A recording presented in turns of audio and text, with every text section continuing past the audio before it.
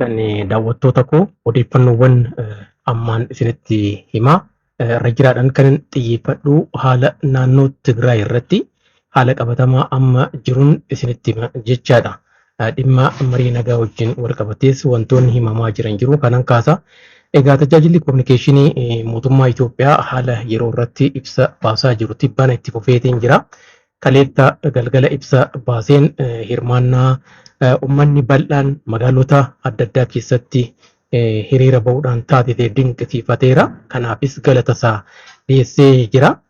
Uummanni Itoophiyaa birmadummaan biyyaa harkasaa akka jiruu fi gama hundumaanuu mootummaa wajjin tumsee akka socho'u qabatamaan mirkaneessuu isaatii fi kanaafis gammachuu olaanaa qabu ibsuudhaan galatasaa akka mootummaan dhiyeessee tajaajilli kominikeeshinii mootummaa ibsa baaseen eereera. Har'as haaluma wal fakkaatuun tajaajilli kominikeeshinii mootummaa Itoophiyaa ibsa kan baase. Egaa tajaajilli kominikeeshinii ibsa baase kanaan raayyaan ittisaa magaalota naannoo Tigraay to'achuu akka itti fufe mirkaneessee jira.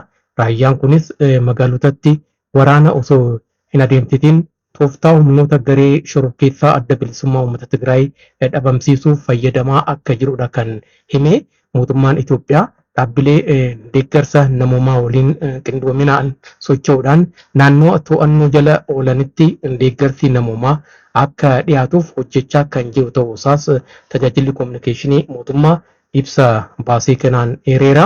Dhaabbileen kenniinsa tajaajilaa iddoowwan to'atamanitti tajaajila eegaluudhaaf qophii taasisan akka saffisiisan taasifamaa kan jiru ta'uusaas himeera. Hawaasa naannichaa waliin egaa ta'uudhaan mariin taasifamaa jira. Kana malees immoo caasaan bulchiinsaa uummataa akka gurmaa'uuf haala mijeessaa kan jiru ta'uusaas mootummaan himeera.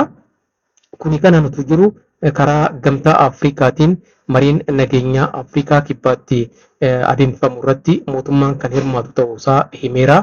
Carraa marii nageenyaa kanaanis walitti bu'iinsicha karaa nagaan furuudhaaf haala dandeessisutti kan fayyadamu ta'uusaati kan kaase.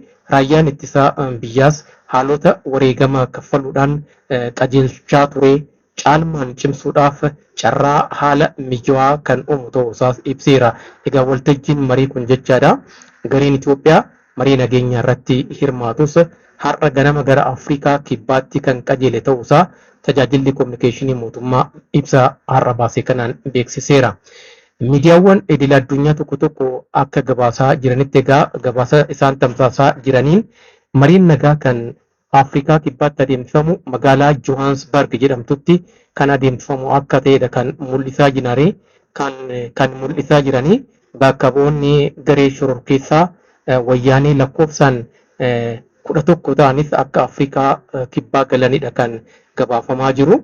Egaa bakka bu'oonni 11 kun marii irratti ni hirmaatu jedhamee hin eegamu. Wanni himamaa jiru maalinni qondaaltonni garee shororkeessaa wayyaanee carraa marii nagaa kanatti fayyadamuudhaaf biyyaa bahuudhaaf haala mijeeffachaa jiru waan jedhudha kan himamaa jiru.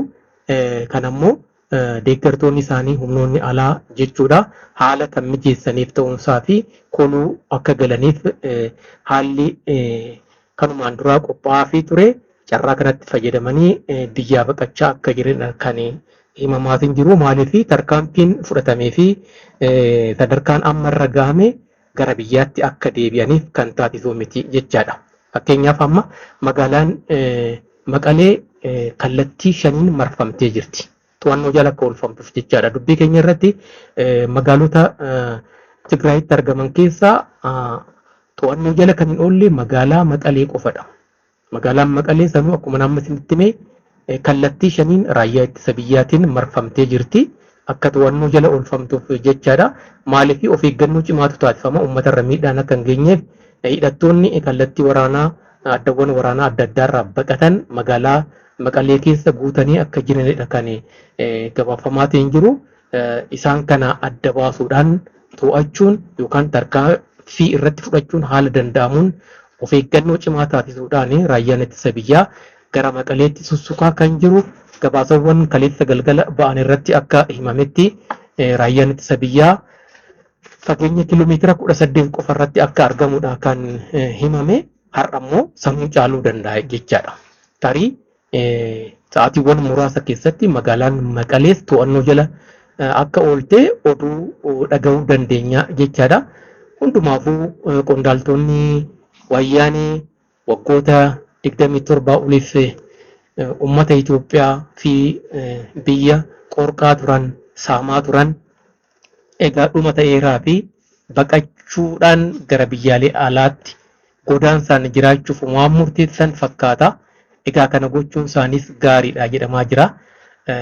Miidhaan dabalataa hawaasarra akka hin geenye isaan baduun isaanii baay'ee barbaachisaadha. Oduu kun ta'uu baate ammoo miidhaan dabalataa mudachuu danda'a. Namoota baay'eetu jalaa dhume, jiraattota naannoo Tigraay keessaa dargaggoonni miliyoonaan lakkaa'aman sababa waraana kanaatiin dhumaniiru. Egaa dhumaatiin dabalataa akka hin dhufneef tarkaanfiin amma fudhatamaa jiru kun, haalli amma mijaa'aa jiru kun shoora isaa gumaachuu danda'a yaada jedhudha. Gamaa gamanaan kan himamaatiin jiru haala ta'ee hin beekamneen egaa wanni amma jedhamaa jiru kun kan dubbatamaa jiru kanaan dura bara sirna dargii keessaa Mangistuu Hayilamaariyaam gara biyya alaatti akka baqatu kan taasisan tooftaa kanaan jedhamaatiin jira. Marii nagaa adeemsifna jechuudhaan qondaaltonni marii nagaa irratti hirmaatan kan mootummaa sirna dargii keessa turan jechaadha. Achumaan akka baqatan taasifame carraa kanatu qondaaltota wayyaanee irras ga'aa jira jedhameeti kan himamaa jiru. Egaa seenaatu dabalamee jedhamaati jira. Dhugaadha inni kun ammoo asii isaan hin deebisini, uummannis akka isaan as deebi'aniif hin barbaadu.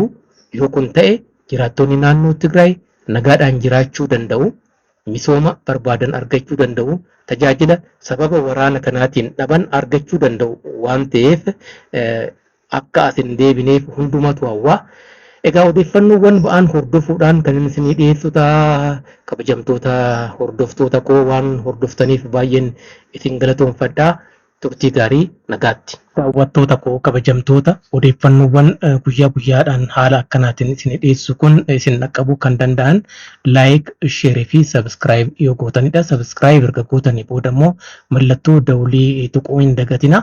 Yaadas kennuu ni dandeessu. Egaa akkaataa hojimaata yuutuubiitiin kana yoo gootan qofadha guyyaa guyyaadhaan odeeffannoowwan yuutuubii irratti ani isin dhiyeessu kun isin dhaqqabuu kan danda'ani. Kana raawwadhaa. Galatoomaa.